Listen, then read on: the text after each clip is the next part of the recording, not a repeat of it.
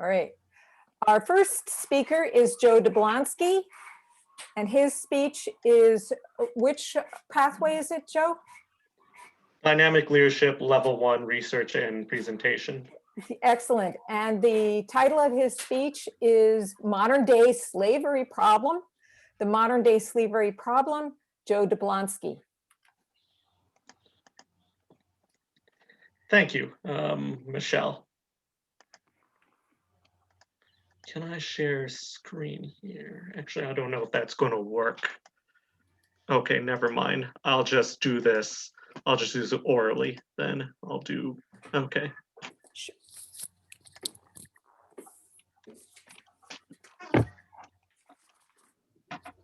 Imagine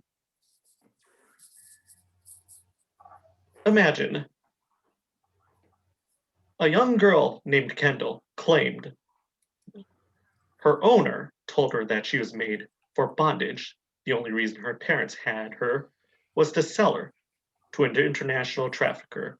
In March 2017, Kendall went on to the Dr. Phil show and shared her story.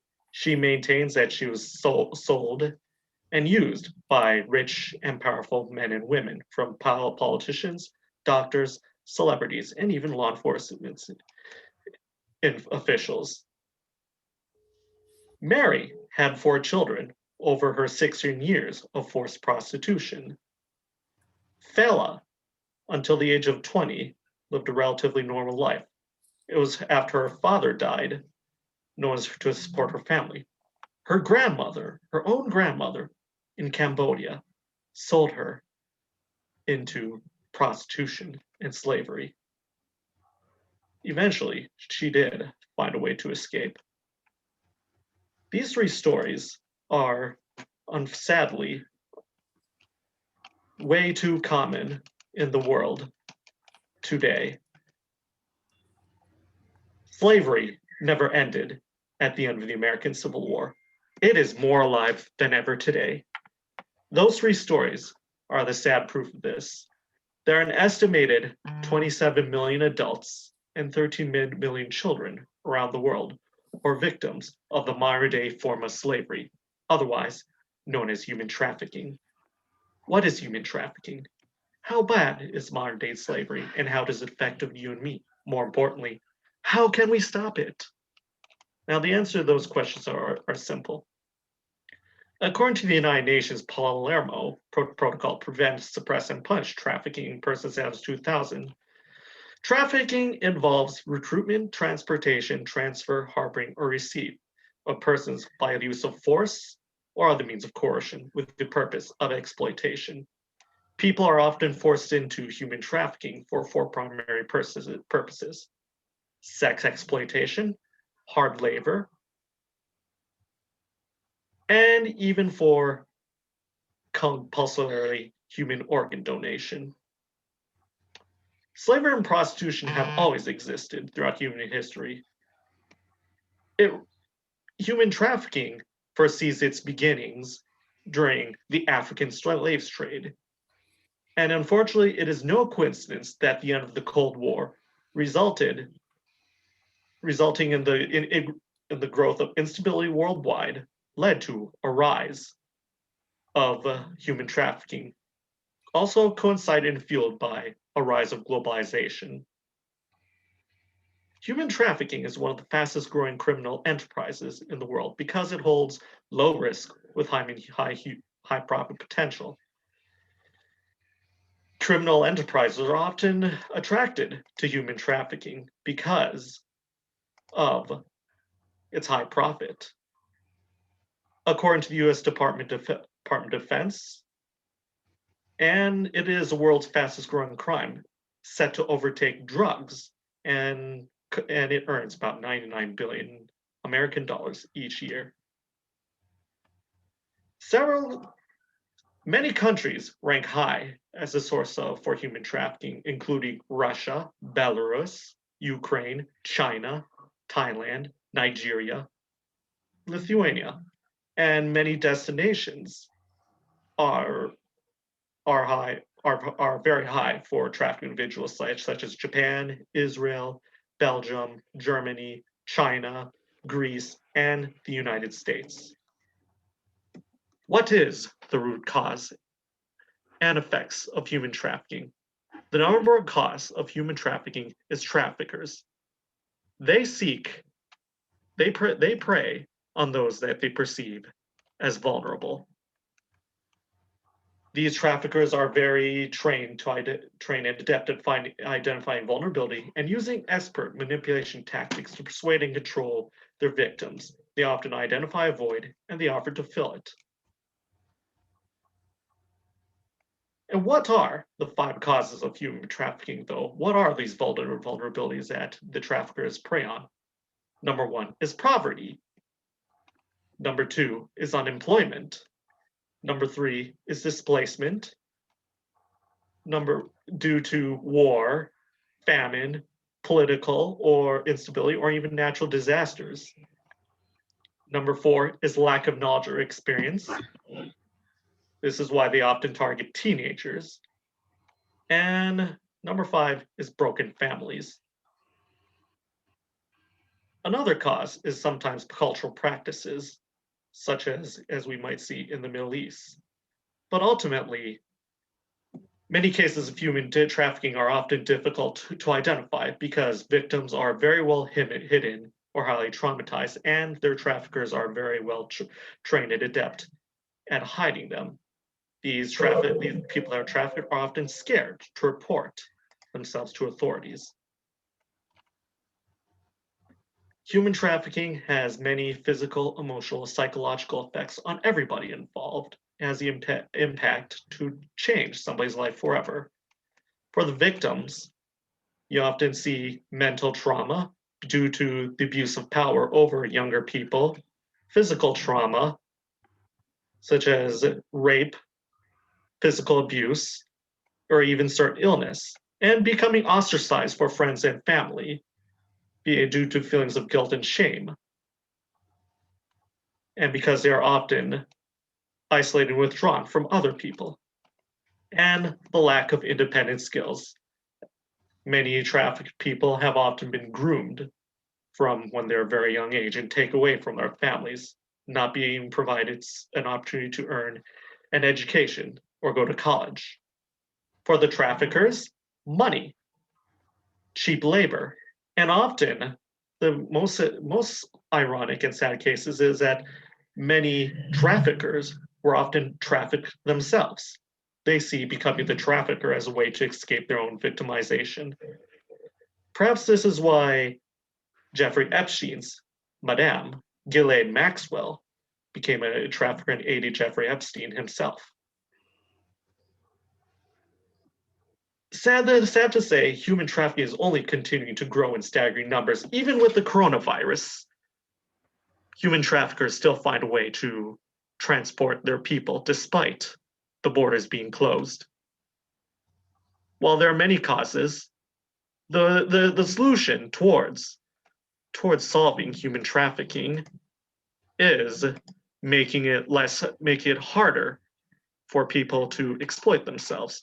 We can, in order to make it harder, we need to train people how to spot human trafficking, know who to report human trafficking to. You can call the police or report to the National Human Trafficking Hotline in the US or any other equivalents around the world. And in conclusion, is there anything else we can do to combat human trafficking?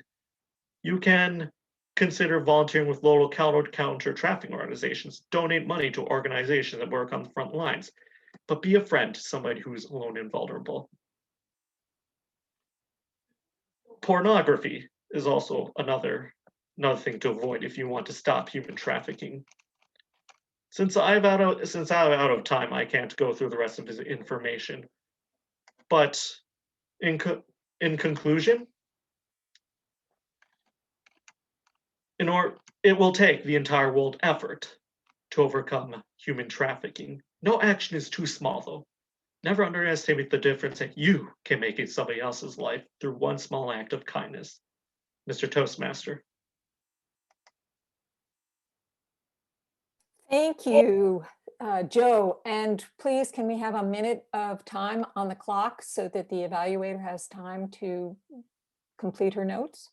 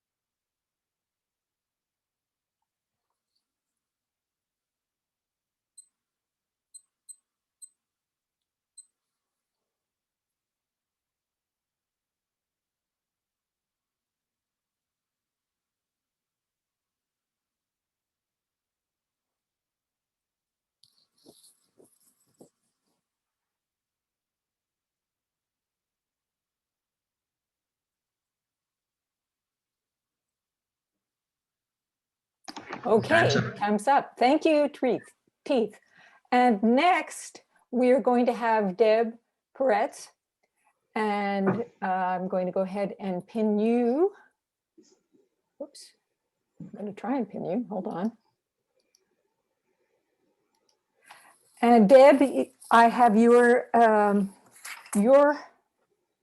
speech is out of Presentation Mastery, level 1? No, Visionary Communicators. Oh, okay. Visionary Communication. Great. And it's the first speech of the evaluation feedback, and it's called Astrologers Are the New Business Coaches. Astrologers Are the New Business Coaches, Deb Peretz. Thank you, Michelle. Fellow Toastmasters. When I started my life coaching business, the first thing I did was immerse myself in studying everything I could about running and marketing a business. I sought out the thought leaders and the influencers because I wanted to learn from the best. So I read lots of books, listened to endless podcasts, and consumed more lead magnets than I cared to count. And once I began to know, like, and trust some of these business coaches, I bought their programs, a lot of them.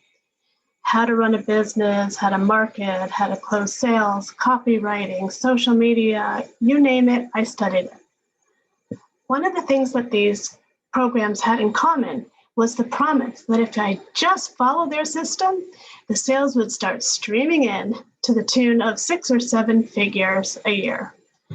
Now, I didn't start my business for the money, but like everyone else, I've got bills. Income is important.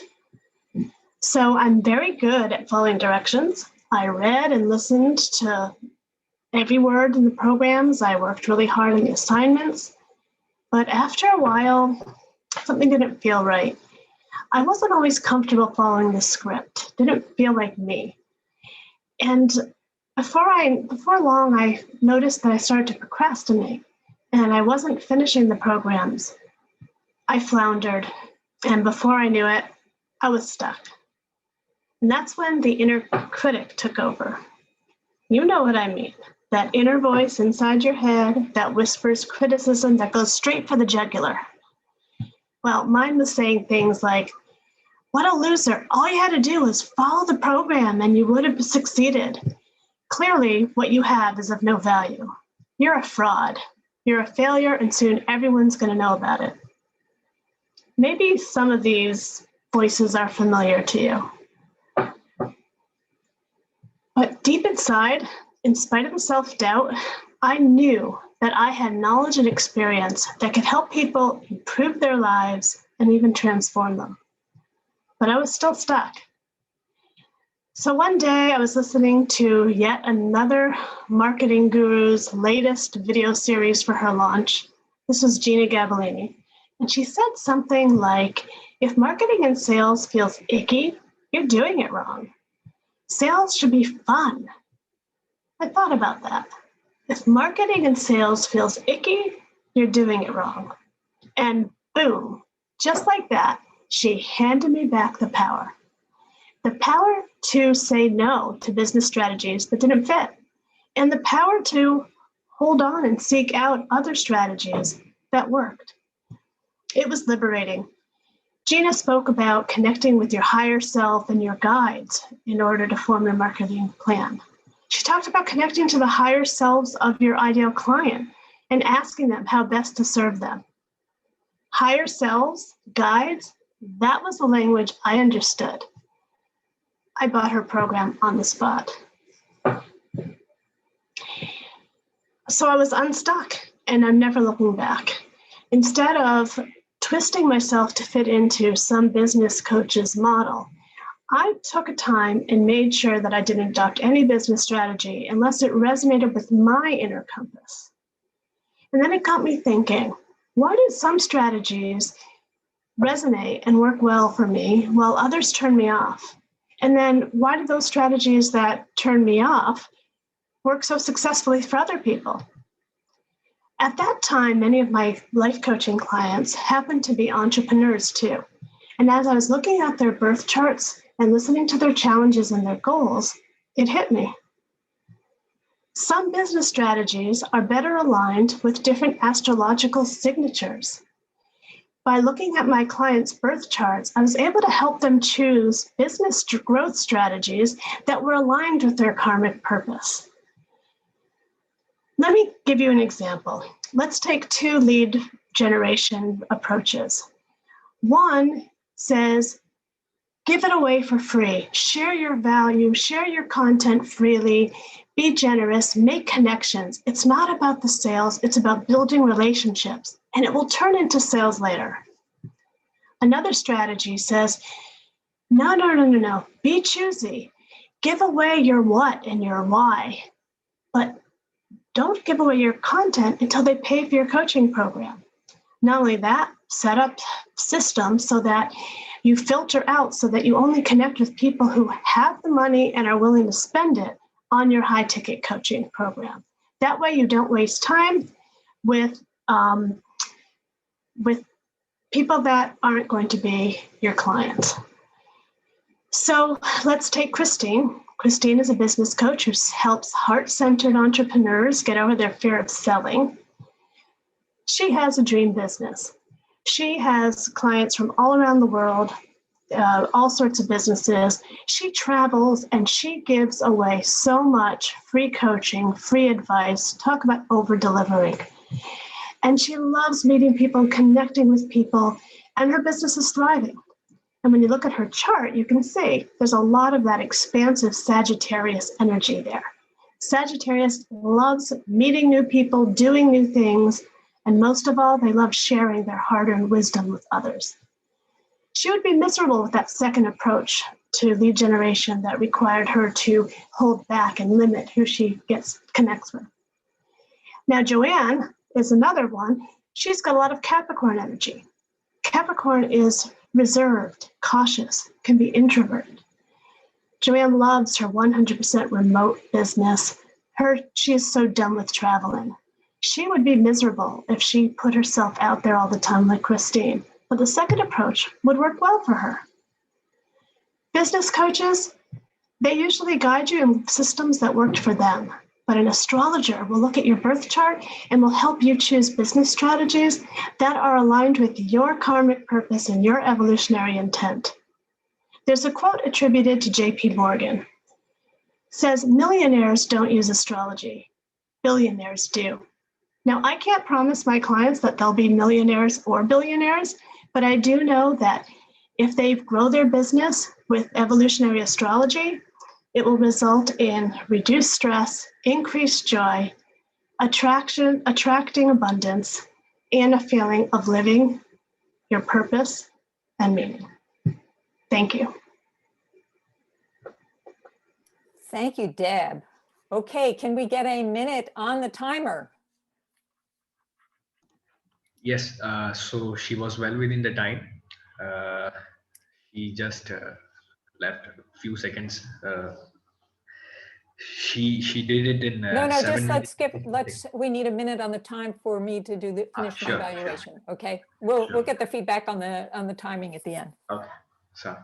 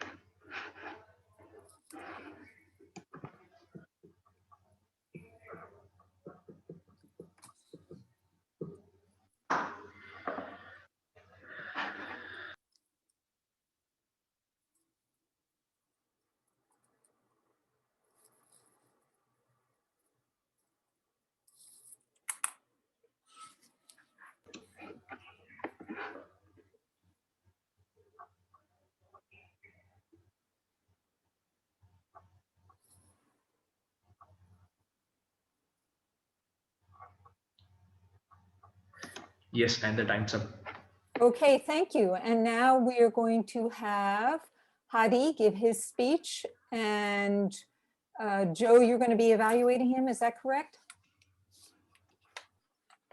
Joe? Yes, ma'am. Okay, so let me just see, Hadi, what's the name of your speech is, sorry. Yeah, I didn't know that we had to name a speech. It's actually my first time. Oh, this is Icebreaker, right? Yeah. So this is Hadi Miraz. Yeah, exactly. Okay, Hadi Miraz, Hadi Miraz, Hadi Miraz. Go, it's a 4 to 6 minute speech. You're on. Cool. All right. Hey, everybody. My name is Hadi Mirza.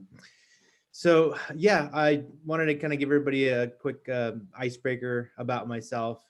This is my first time in Toastmasters, so I'm super excited. So yeah, bear with me with the format and how this thing gets, kind of relayed out to you guys. So I wanted to kind of, break this down into 3 main sections. Number 1, kind of an overview of like my childhood upbringing.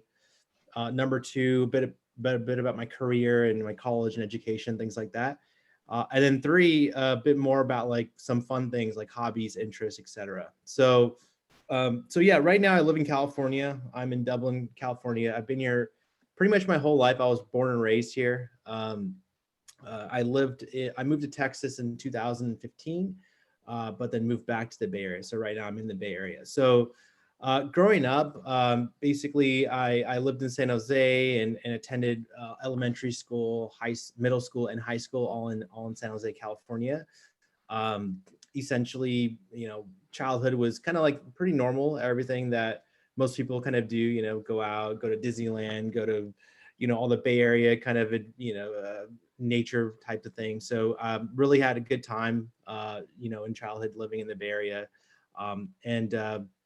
Basically after that, so after high school and stuff, so I decided to kind of stay local for college. So I went to the University of University of San Francisco in the city, and then I studied business marketing over there. And basically after I studied marketing there, I took a couple of years off to work, and then eventually went from there to get my my MBA.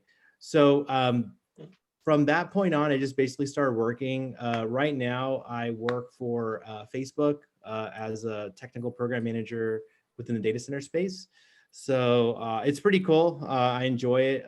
It's really fast paced and kind of crazy at times, but it's been fun so far. I've kind of been doing that. I've only worked there for about a year, so it's been 100% virtual, and with COVID being around, it's just been kind of intense. But yeah, that's what I do for work. So I'm in the IT program management space. So yeah, and a little bit about my hobbies and interests. So one thing about me that most people don't really know, especially now, is that I'm an avid musician. Like I love playing music. When I was in high school and in college, I played in bands. So my instrument of choice is the guitar. So I used to kind of play guitar and write music and things like that. And eventually, so my brother is also a musician, so we ended up starting a band in college. And basically that band got semi-popular. Like we were on the radio, we toured around and things like that. It was actually really fun, but it came to a point where I was just like, okay, like I could either do the musician thing and kind of tour and live in the van and kind of hope for the band to make it, or I can kind of just figure something else out. So we kind of got to a point where it made more sense to just kind of transition off like 100% trying to be a musician. So anyway, I still play for fun, but not as much as I used to, but definitely still part of my personality. And yeah, that's pretty much like, other than music, I kind of like reading and self-improvement type of stuff, which is kind of why I'm here. That's the last point I wanted to make, is like what I hope to gain in Toastmasters, right? So a lot of my job right now is really much involved with like communicating and doing a lot of public speaking and things like that. And the reason why I kind of sought this out is to kind of make sure that I can really hone in on those skills and perfect them and try to make sure that I'm able to communicate in the most articulate and comfortable way. So that's it. I mean, that's pretty much a bit about me and why I'm here. And I'm looking forward to kind of working with everybody and really refining the skills. And I'm excited to be here. I don't know, green, is that good? Or Yeah, that's good. That means Okay. that if you need to stop, you can stop now. Okay. That if you need to at least get to the green, red is when you need to, kind of like finish up in the next few sentences. So you Cool. did great. Awesome, Hadi. It was really great to listen to you. Okay, can we have a minute on the clock so that Joe gets a chance to write his notes down? Yeah. Yes, timer is on. Thank you.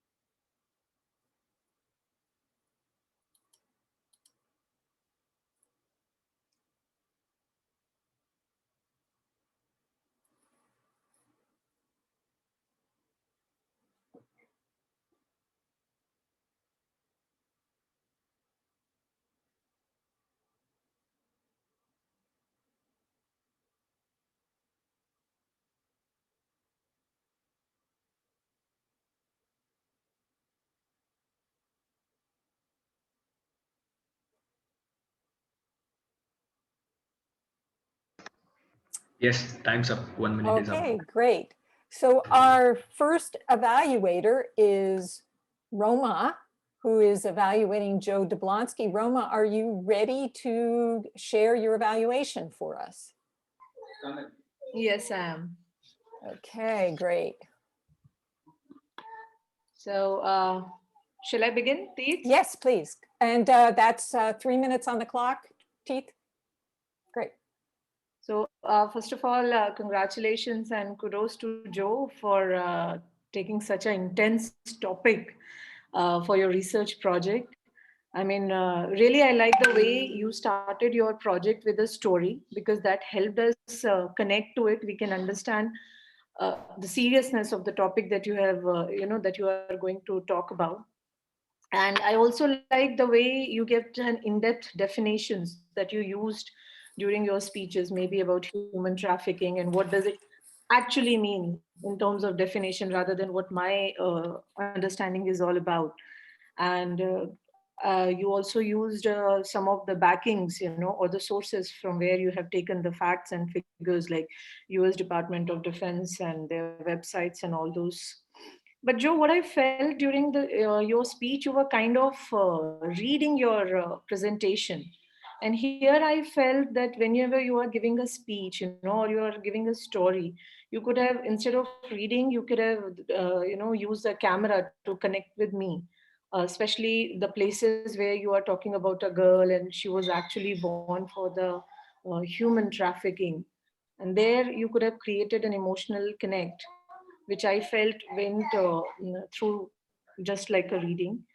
And things were going pretty smooth. We were kind of listening to you, and suddenly, maybe in the paucity of time, you saw the timer and you were in your conclusion, and you had some more information about pornography. So you kind of jumbled up a new information in your conclusion.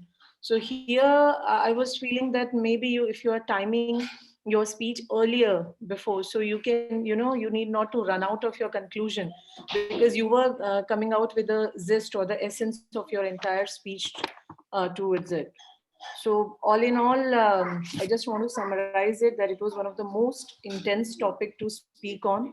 And you have given an in-depth understanding of various terms. You have used the backings and the research resources where you have used the facts and figures, with a little improvement in terms of connecting with your audience while giving talking to them rather than just reading the presentation, and of course timing your speech so that you need not to run or jump in out of your conclusion. Definitely this research project was really an impactful one. Thank you. Over to you, Michelle. Thank you, Roma. That was that was an excellent evaluation. Okay, so I'm going to be evaluating Deb. So hold on a second while I pin myself. And I think I'm going to pin Deb so I can look at you. Whoops, and let me unpin you. Okay, so Deb, you are such a well-practiced speaker, and it's so amazing to me because you've just joined Toastmasters, but you have so many skills already. The whole structure of your speech was brilliant. It was not only a speech that gave us your experience of your journey into your coaching business, but also it was a persuasive speech that encouraged us to look at astrologers as the ideal kind of coach for our business. This was really well set up. I loved how you started out your coaching journey and how you were so voraciously interested in learning everything you could, and then how you suddenly realized that you weren't getting the results, which of course most coaches go through that experience. So we can all relate to your struggle and your experience. And then finally, you have that epiphany, which is a great pulling into the third segment of your speech, which was realizing that you should never use any strategies that don't feel good to you. And that was this great opening. And then you segue into the whole thing of how astrology is a tool to help you decide what it is that you really like. And then you incorporated that into your own work.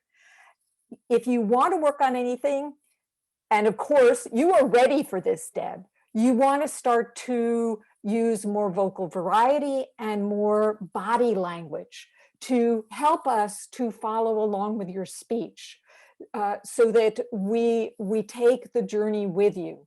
And they also, in terms of the body language, to get the excitement, and then to put when that struggle is, to help us really, really feel that struggle in your voice tone. And then if you really want to challenge yourself, start to use your space. And even if you're going to just stay seated, you can start by just moving, like to the beginning of the speech, and then maybe to the middle of the speech, and then the end, and maybe back to the middle for the conclusion. And you could even just, lean a little bit. And that helps for our listeners to realize that you're shifting from one place to the other. It also really helps you to remember your speech points. So overall, I loved your speech. I love getting to know you more, Deb. I want to speak with you. I want to know you. Everything that you do is something that I totally relate to. So it was an excellent speech in introducing us to who you are. But at the same time, I totally agree with you about the astrology, and a really excellent persuasive speech in your very first speech after your icebreaker. Really well done, Deb. Okay. Thank you. All right, so let's see, we have finished our evaluations, and now I would like the report from the timer. And I I'm think going we to have pin Is you. mine? left. Yes, of Hadi. Oh, no, I'm sorry, you're right. Whoa, sorry, I got so busy wrapped up. Yes, Hadi, you need to be evaluated by Joe. Okay, so let me pin Joe. Let me unpin. And I'm going to pin Hadi. And I'm going to unpin me. Okay, all right, go Joe. Thank you, Madame Toastmaster. Hadi, congratulations on giving your icebreaker speech. You took your very first step at the very least, in the pathways education system of Toastmasters. I'm not sure if you're experienced Toastmaster, just stepping into pathways, or if you're brand new Toastmaster, stepping into pathways. I think it's the latter. But like I said, you accomplished all the check marks for this project, which involves telling us about yourself, who you are, and most importantly, giving us a chance to understand your speaking style, and which will allow me and others, the evaluator, to give you feedback on your speech. Now for today's evaluation method, I use a very special method, the box method. I take a piece of paper, I fold it in hot dog and then hamburger style, so I get 4 quadrants. In the 4 quadrants, I include, did you accomplish the objective of your speech, the positive of your speech, the negatives, and what can be improved, and improvements and concluding statements over here. As I said, you accomplished your speech objectives. Some icebreakers, especially the ones that I listened to when I was in China, only give a fraction of who they are. They only tell a story about themselves. You, however, give us the full story of your life, your child, and you do a very good job of organization. That is another shining part of your speech.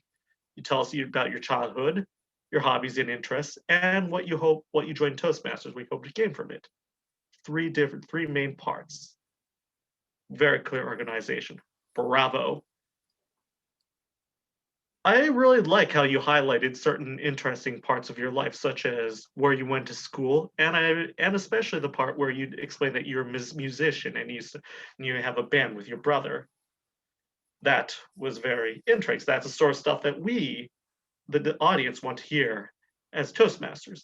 Now, an evaluation will not be an evaluation without what to improve on. First of all, the title of the speech is very important. Think of a title with between 4 to 7 words to keep it brief, but yet draws us into your speech. Also, make your speech sound less like a laundry list. It sounded like you're telling us, okay, this is what I did in life, but I would focus more on storytelling. Focus more on the interesting part of your life. Like I would have loved to hear a little bit more about your time as a musician. Like maybe did you start your band in your university days? What brought you into how'd you get your job at Facebook? What brought you to Toastmasters? What is it, a coworker at Facebook that told you to go join Toastmasters?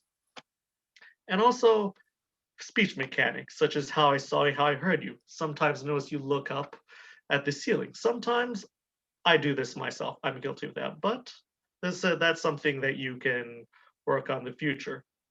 Overall, you gave us a story about your life. I can't wait to hear more speeches from you. Hadi, back to you. Okay, thank you, Joe, and thank you, Hadi. I'm going to remove the pin, and we're going to ask our timer to give us the timing report. Yes, so congratulations to all the speakers on completing their respective level, and congratulations to Hadi for icebreaker. So to begin with the timers report, our first speaker, Joe, took around 9 minutes and 28 seconds. So which is way beyond the limits of 7 minutes and 30 seconds to qualify the speech. So here he went beyond the limits. So coming forward to the second speaker, Deb. Deb, you took around 7 minutes and 16 seconds. So you are still you still qualify the speech. Coming to the third speaker, our icebreaker speech, Hadi. You took around 4 minutes and 42 seconds. So you were also well within the time limit. Now coming forward to the evaluations, the first evaluation, Roma, she took around 2 minutes and 37 seconds, which is also within the time limit. The second evaluator, Michelle, you took around 3 minutes and 4 seconds. It's still in the red zone, but your evaluation is still in the still is considered. Then coming forward to the third speaker, Joe, you took around 3 minutes and 36 seconds for the evaluation of Hadi. So it does not qualify the evaluation. I mean, it went beyond 6 more seconds. So this is all from my end. Over to you, Michelle. Okay, thank you, all of you. I believe that we can go ahead and return to the main room and enjoy the table topics. I just wanted to really congratulate all of you for your speaking. Joe, it was just a really excellent research project that was so intense. And also, Deb, you know how I feel about your speech. I gave it to you in your evaluation. And Hadi, I really wanted to appreciate you for giving your speech without notes, just going up there and winging it. And I really admire you for doing that. Thank you. Yeah, that's really powerful. And I hope you take a look. This is recorded and you will get a chance to see it. So take a look and see what you see about yourself, because you can learn a lot. And Roma, great evaluation. Joe, really excellent evaluation points. And Teeth, thank you for keeping the timing so well. So I'm going to go ahead and release you to the main room. Thank you. It's been a real pleasure being here and being your facilitator. Cool, thank you. Michelle, quick Yes. question. Where do you find the recordings of the speeches? Like, is that, like, how do you get that? You're going to have to ask Linda. I think there may be a YouTube place where she's recording them or she's saving them, but I'm not sure about that. I know that I was able to get one recording, so I know that she is recording, and I did record tonight. Any other questions? Is everybody good? Yep. Thank you so much. Everyone was great. And thank you, Michelle. You're welcome, Deb. And back to the main room. See you there.